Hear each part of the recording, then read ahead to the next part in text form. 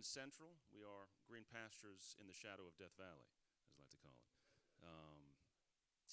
So I also bring greetings from Dr. Barker, who I believe was here last year. I wasn't able to be, but he was, and he spoke to you, and there's everything going on with the start of the school year. He couldn't make it, so you're stuck with me this morning. I'll try to do a good job.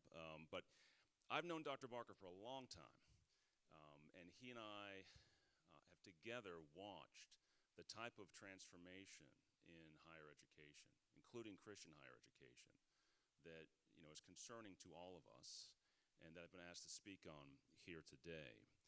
And so I want to start by reading from Dr. Barker's inaugural address. So I've been at the university for 2 years. He's into his 4th year now, but when he started 3 years ago, he gave an inaugural address, and he talked about these issues. And so I want to quote from that this morning. He started off by saying, "The world's first universities in Basel, Bologna, Heidelberg, Oxford, and Cambridge," that's his alma mater, by the way, so he's got to put that one in there, "were founded as places of Christian worship, learning, and hospitality," in that order. In fact, all of the oldest universities in the world, as well as 106 of the 108 universities in the United States, were decidedly, emphatically, thoughtfully, transformationally, and unapologetically Christian in nature. All of these institutions were devoted to the 7 liberal arts, comprised of the trivium, grammar, logic, and rhetoric, and the quadrivium, arithmetic, geometry, music, and astronomy. But why was this their curriculum? Because they believed that foundationally every person was at their most satisfied. The church was at its best, and society was at its most flourishing when people were committed to loving God with all of their minds, as well as with all their hearts, souls, and strength. In other words, they understood that study is a form of worship. In fact, Jesus himself commanded us to love God with all of our minds. Now, he went on to say, to contrast that our secular counterparts in higher education offer a pale imitation because they have eliminated the Christian faith and thereby the God of wisdom from the university. Yet so many of our fellow Christian colleges and universities now seek to imitate secular mission statements and mission objectives, politically or publicly proclaiming their status as Christian institutions. Privately, their identity is confused at best and moving rapidly toward heresy at worst. And this results in syncretism with or surrender to secular philosophies in the classroom, undermining strategies in the boardroom, and the erosion of Christian values in the manner in which business is conducted. But why does this happen? I submit to you, this is Dr. Barker again, I submit to you it is for several reasons. On the faculty side, the Christian community has sadly pined for the social esteem and prestige of the secular academy. Thus, it has imitated their philosophies and joined their never-ending quest for self-affirmation, rather than seeing a clear and holy way forward with allegiances to the Trinity, submission to the Scriptures, and a confident sense of identity and success before an audience of one. Now, meanwhile, on the administration side, and this is where he went from preaching to meddling, certainly no less guilty by any stretch of the imagination, the Christian community has sadly become so anxiety-stricken over the pressure to admit students that it has forsaken both institutional mission and a Christian educational philosophy in the name of survival. He describes having seen emails between senior administrators at other institutions encouraging one another not to take a stand on any controversial issue for fear of alienating any constituencies and thereby jeopardizing the college's future. Perhaps, Dr. Barker asks, the administrators of such institutions should pause to ask if God wants such lukewarm and cowardly universities to survive. So that was the gauntlet that Dr. Barker threw down 3 years ago, and that is the ethos that we are building up in Southern Wesleyan University. Dr. Barker's vision for biblically faithful Christian higher education and his understanding of where so many schools go astray is part of what drew my family and me down here to the upstate from Massachusetts. He and I had witnessed the compromise with secular ideologies firsthand together in New England. Now, while he worked in the academy, I was leading a small nonprofit organization called Massachusetts Family Institute. I was a local associate for Focus on the Family, and I'm delighted to see Judge Allen is here, part of the Independence Law Center, which is connected with the Pennsylvania counterpart for Mass Family Institute. And we just started our own law center up there. I'm still on the board, and they're doing lots of good work in Massachusetts. But it's a very different environment down here in South Carolina, I can assure you, and my family and I are very grateful for it. In addition to working with folks in the family, we also work together with Alliance Defending Freedom, so I'm delighted that Chief Cochran is speaking here. I remember watching his case when it first came up and knowing how important it was, and grateful for his stand and the work that his attorneys, some of whom I know, did in winning that important fight for freedom of speech and religious liberty. Now, I saw the consequences of secularism's infiltration into Christian institutions at all levels, not just higher education. But it was particularly heartbreaking to hear from parents on a pretty regular basis who would navigate their kids through the public schools or homeschool or send them to private school at great personal expense and do the best they could to disciple them, and then send them off to what purports to be a Christian college university, only to have their faith not challenged in a healthy way, but actively undermined by the professors and the peers at those schools. Now, how does this happen? Why? I've been asked to talk to you about how secular ideologies infiltrated higher education.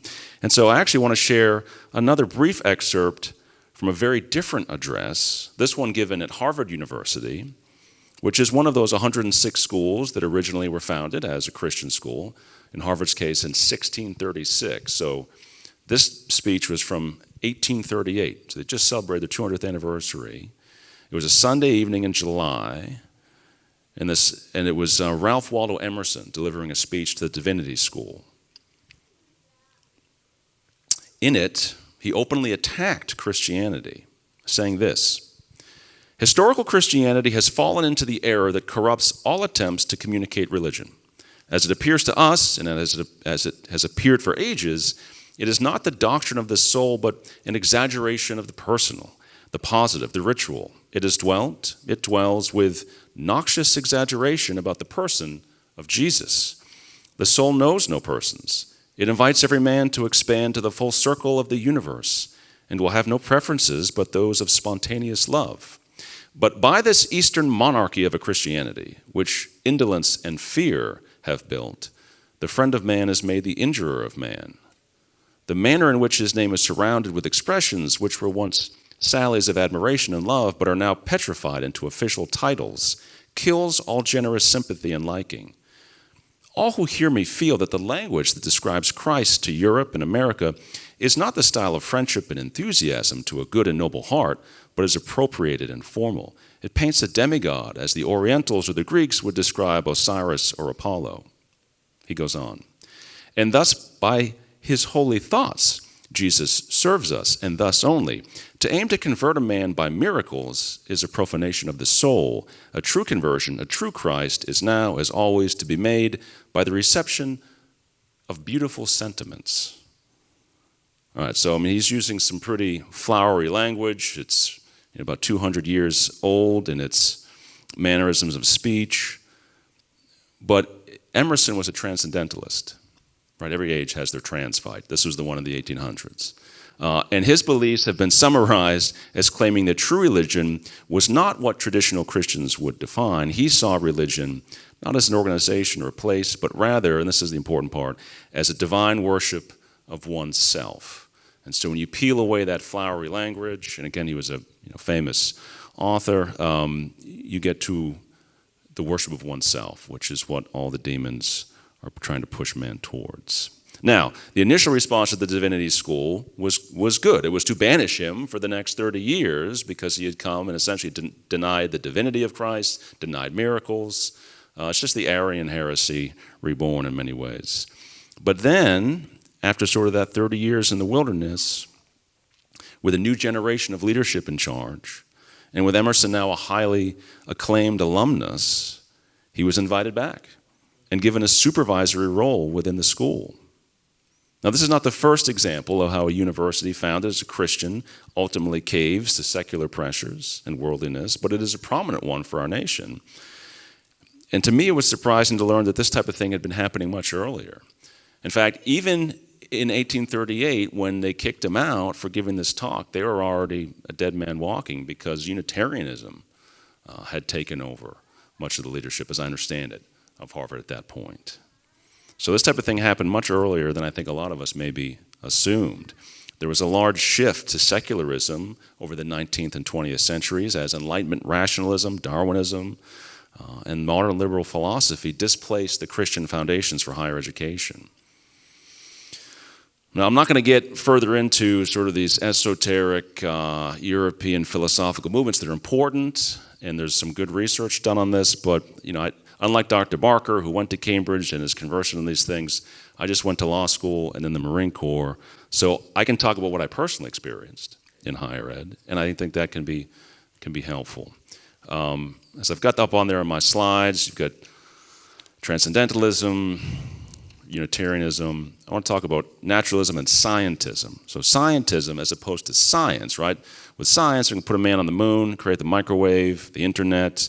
Scientism is the idea that only empirical material knowledge counts as real. And so this minimizes or excludes theology and metaphysics, relegating them to a private belief rather than legitimate academic inquiry.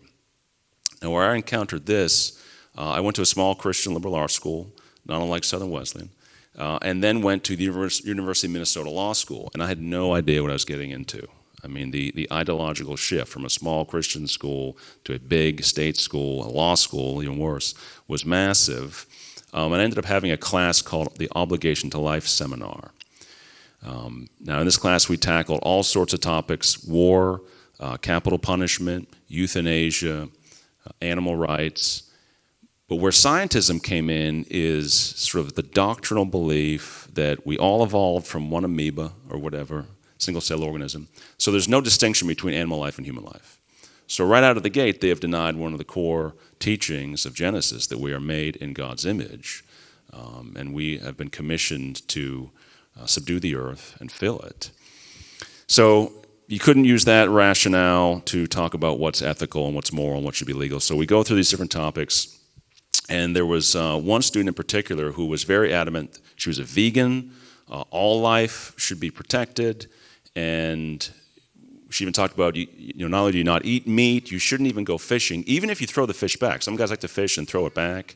And it should, even if you throw it back and you only hooked it in the cartilage of the lip so there's no pain, the worm is still getting probably cut in half or at least speared. And you're like, okay, all right. But there's some logical consistency to that, right? If that's what you believe. It's not correct, but it's so logically consistent. But then we got to the issue of abortion. And that same young student, I could just see the wall come down over her eyes and face. No one's going to tell me what to do with my body. Period, full stop. So you can't fish because you might kill a worm, but you can abort a baby up to the 9th month of pregnancy. And I tried to make sense, again, totally disagree with that, but tried to, how does this, this is a top 20 law school, these are smart students, how can you come to that with any type of logical consistency? And I think what scientism had driven us to philosophically was a totally alternate moral paradigm. So our moral paradigm as Christians is that God is God, He's on His throne, He has given us commandments, He's the creator of all things. We live by His commandments and follow His design for creation, and there's natural blessing that flows from that and divine blessing. And when you deviate from it, there are consequences. There's objective good and objective evil, right? In fact, evil personified in the form of Satan himself. The alternative moral paradigm in this law school, which I think is not uncommon amongst these secular ideologies, is that there is no such thing as objective good or evil. There is only suffering and the alleviation of suffering. Those took the place of evil and good. So I think in her mind and minds of the other students and the professors and probably many activists, if you teased it out, if you stick a worm on a hook, the worm is going to suffer pain. That's suffering. That's bad. If you abort a child who is unknown to the wider community because they haven't been born yet, is allegedly unwanted by the mother, would be born probably into poverty, maybe with some illnesses, would face a lot, maybe of trauma and hardship, that you can actually create a net reduction in suffering in the world by eliminating the life of that baby in the mother's womb. Now that's madness, but that's where a lot of people are. When you allow an alternate moral paradigm, in the name of science or secularism to take over. Now another class I had was called Sexual Orientation in the Law. And in this class, we were not permitted. I mean, the professor right out of the gate said, you can't bring religion or the Bible or Christianity into this classroom. And again, I was young and stupid and just like, okay, I guess we can't, because you have this myth of religious neutrality that if you just keep your religion private, don't bring it into the public square, don't bring it to school, don't bring it to the voting booth. That's sort of the American way. Totally false, and it's all a scam. Somebody's morality is getting legislated all the time. It's just a question of whose. And if we love our neighbors, we want it to be the morality of the one true God, because that's what's best for everybody. So in this class, right out of the gate, we start with, okay, so we're not using the Bible or Christianity, so what is sort of the neutral objective morality that we all agree on? Well, it was whatever two consenting adults want to do is fine. Right? And most people, you stop anybody on the street, 99 out of 100 are going to say, yeah, two consenting adults, okay, fine. And everyone in the class kind of like nodded along. So right there, though, and this was in 2003, when sodomy was still a crime in Texas, it's before the Supreme Court overturned that. But right out of the gate, two consenting adults, okay, so same-sex marriage is good. No more problem with that. Also, incest, by the way, is fine if they're adults. And people kind of are like a little queasy about that, but okay. But we didn't stop there. Why would you stop there? Two consenting adults. Well, why two? I mean, why two? I mean, cultures across time and geography have had polygamy, polyandry, polyamory. Two is just kind of arbitrary. It's kind of patriarchal and traditional. So really just whatever consenting adults want to do, right? Oh, okay. And then we, studied about that and some different examples in case law. And then they said, well, what is an adult? I mean, what is an adult, right? 14 years old to work, 16 to drive, 18 to vote, 21 to drink, 25 to rent a car. These are all kind of arbitrary numbers. There's no like magic adult number. They're placeholders for consent, right? Because if you're under a certain age developmentally, you don't have the capability to consent. So really what we're talking about is just whatever people consent to is fine. And that kind of goes back to the suffering, right? If there's consent, then there's not suffering, so it's fine. And it was the inability to really confirm consent of animals that kept us from embracing bestiality as a class. Now that was 22 years ago, and I feel like that class was just seeing and fast forward where we are as a society. And the scariest part was there was a Mormon kid who sat across from me, and we're like, and everybody else is totally on board with this, and they became judges and partners in law firms and the whole thing. So that's what's been infiltrating higher education, and we're seeing it play out now, trickle down even to kindergarten. Yeah, amen. That's what we need. All right, one more anecdote from my time up north. So, all right, valuing credentials over Christianity. And someone's just going to have to cut me off at 30 minutes. I apologize. But this really was telling. So, Christian school up north, it's a college. They hired a new professor who had great credentials, came from another highly respected Christian university, very well spoken, just what you want in a professor. Well, she decides within a year or so, she's going to work with students to write a play. Okay, that sounds good with the theater department. Well, the play was essentially about a really conservative Christian school where there's a really talented piano player who's a lesbian, who's a wonderful young woman, and the main character is struggling between her feelings of affection and maybe attraction to this other young woman who is portrayed very positively, and her roommate who's this really hypocritical, narcissistic, conservative Christian who betrays her. And so she's just kind of exploring sexuality, and it leaves it kind of open-ended with lots of question marks. I mean, we know the answers to these questions. But what makes it even worse, other than sort of playing footsie with sodomy, is she didn't just write it with the students. She brought somebody else in from the community. Now, this college, we won't name, is a couple towns down from the town of Salem. Now, I know we all hear about the Salem witch trials and how bad those were. Okay, fine. But there are actually witches in Salem right now. Self-proclaimed witches. There's a temple of Satan, the whole thing. So those are facts.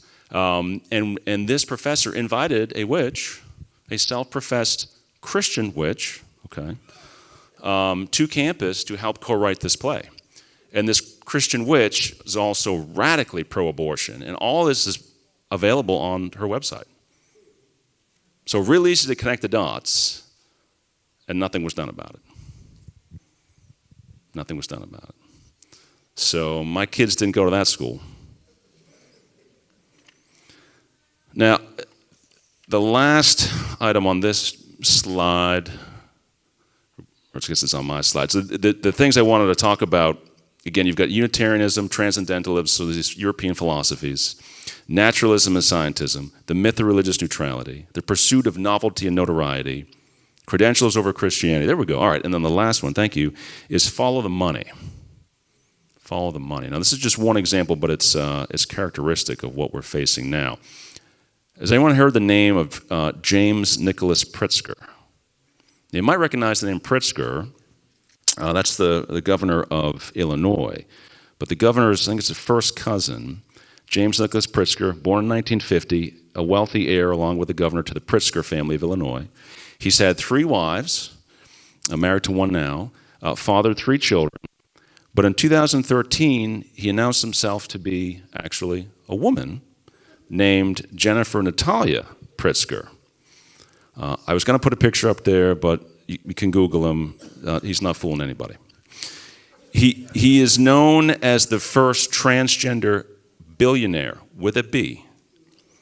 Now, he created the Tawani Foundation in 1995, which, quote, provides support in the areas of arts and culture, historical preservation, health and wellness, which we all know can be code words for abortion, LGBTQ plus and human rights, education, and environmental initiatives. In 2003, that foundation made a $1.3 million donation to the Palm Center at the University of California, Santa Barbara, to study the feasibility of transgender people serving in the military and in the ranks of police and fire departments.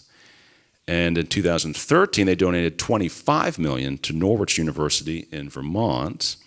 In 2016, Pritzker gave a $2 million donation to create the world's first academic chair in transgender studies at the University of Victoria in British Columbia. Many such cases of this happening. And people, a lot of schools are struggling for money, and so this is very tempting to take this money, but it comes at a cost. Ironically, Southern Wesleyan recently received a call in our development office from I don't know if they were an alumni or just someone who was interested in donating, but they said they wanted to donate for an LGBTQ scholarship. I don't know if it was a setup legally, but that was what the offer was, and we explained what our policies were, and politely declined. If they called my office, I would have said, not even a sandal strap. Go read Genesis 14. Because you have to hold the line on this stuff and be crystal clear. So, all right, what can we do about it as parents? We know the state of higher education, even Christian higher education, is not good right now. So I kind of, in this next slide, if you have a chance to put it up, I was asked to talk about discernment, engagement, and tools for the home and for higher ed, and tried to kind of break it up into digestible pieces. The first one, well, let me start with Scripture. I apologize. It flows from this. Deuteronomy chapter 6, verse 7.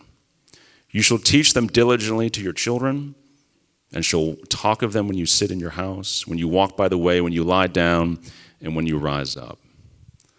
And now, having 4 children, as you heard, 2 are in college. One is almost 16, the other one is 9.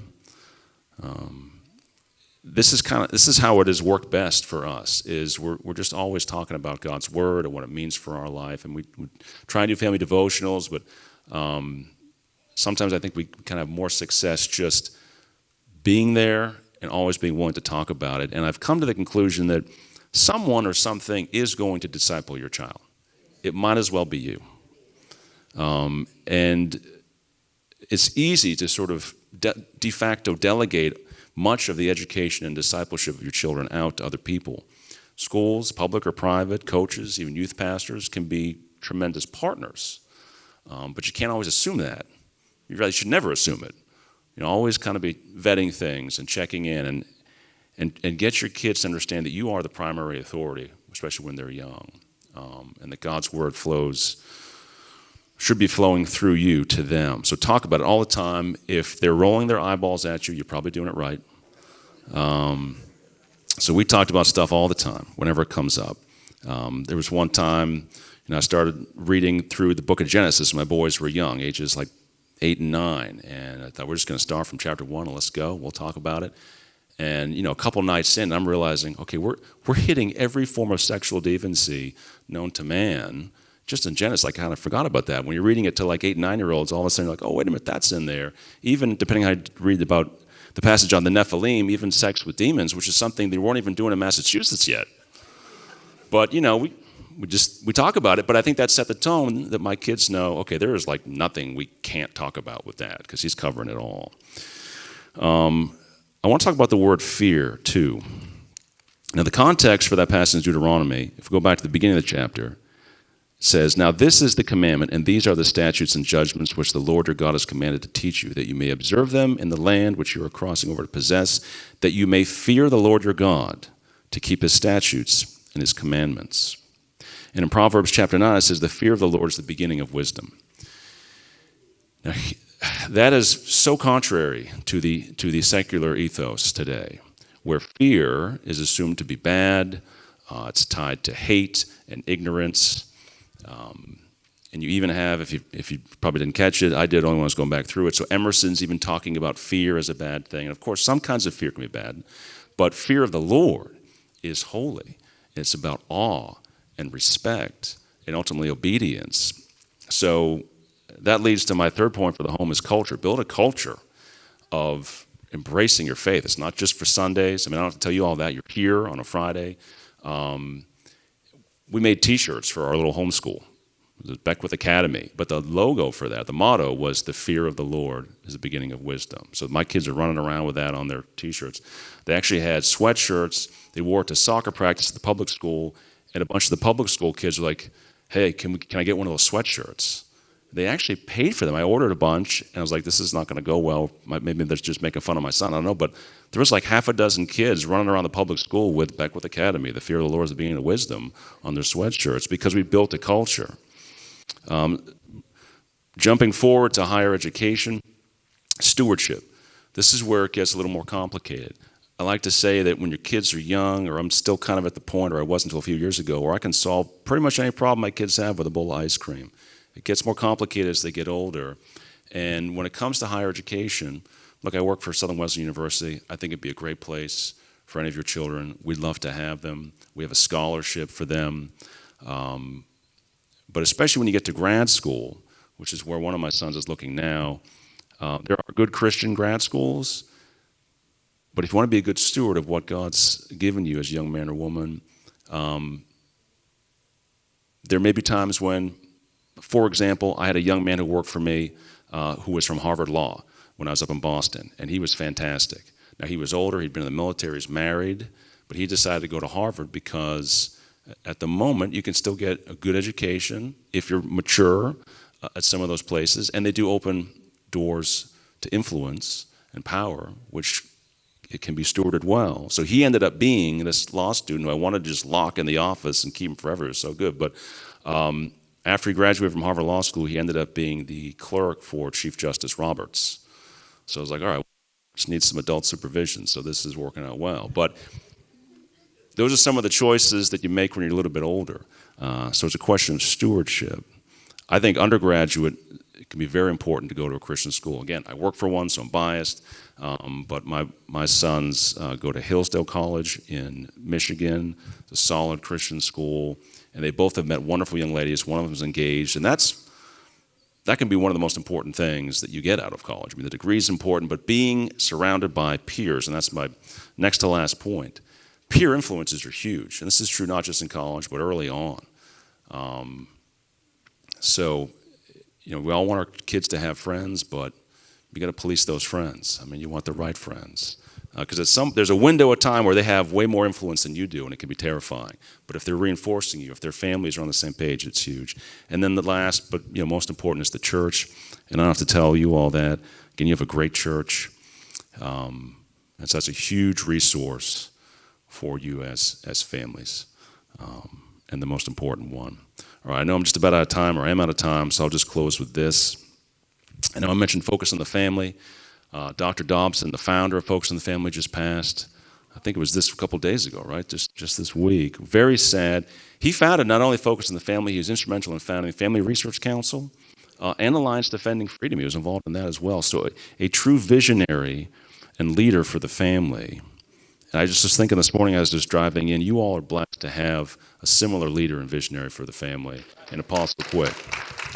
And I'm grateful for that. And we look forward to continuing to partner with CFADD. Love to have you come back and speak again and send us some of your young men and women. We'll take good care of them. I've got a bunch of these journals in the back. I know you'll be hearing some great speakers, so take some good notes and fill out an information card. We'd love to hear from you and send you some more information. Everything that's on my table is fair game. The more you take, the less I got to carry back to my car. Thank you so much.